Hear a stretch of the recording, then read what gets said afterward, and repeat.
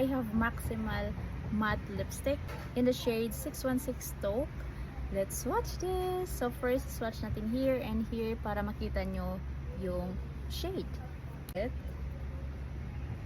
Look at that. This is my first ever MAC lipstick, guys. So I'm not into makeup, but I'm into lippies.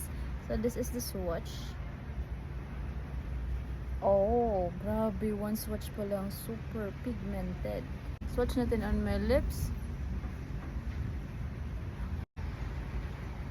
Wow. Guys, ang ganda ng shade. Super perfect siya sa aking lips. Oh, it's nice.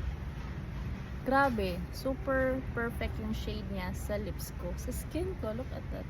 Parang ano lang, parang natural looking. Tapos, one swipe lang, guys. Grabe. Kumukulay na agad because pigmented talaga siya. So what do you think?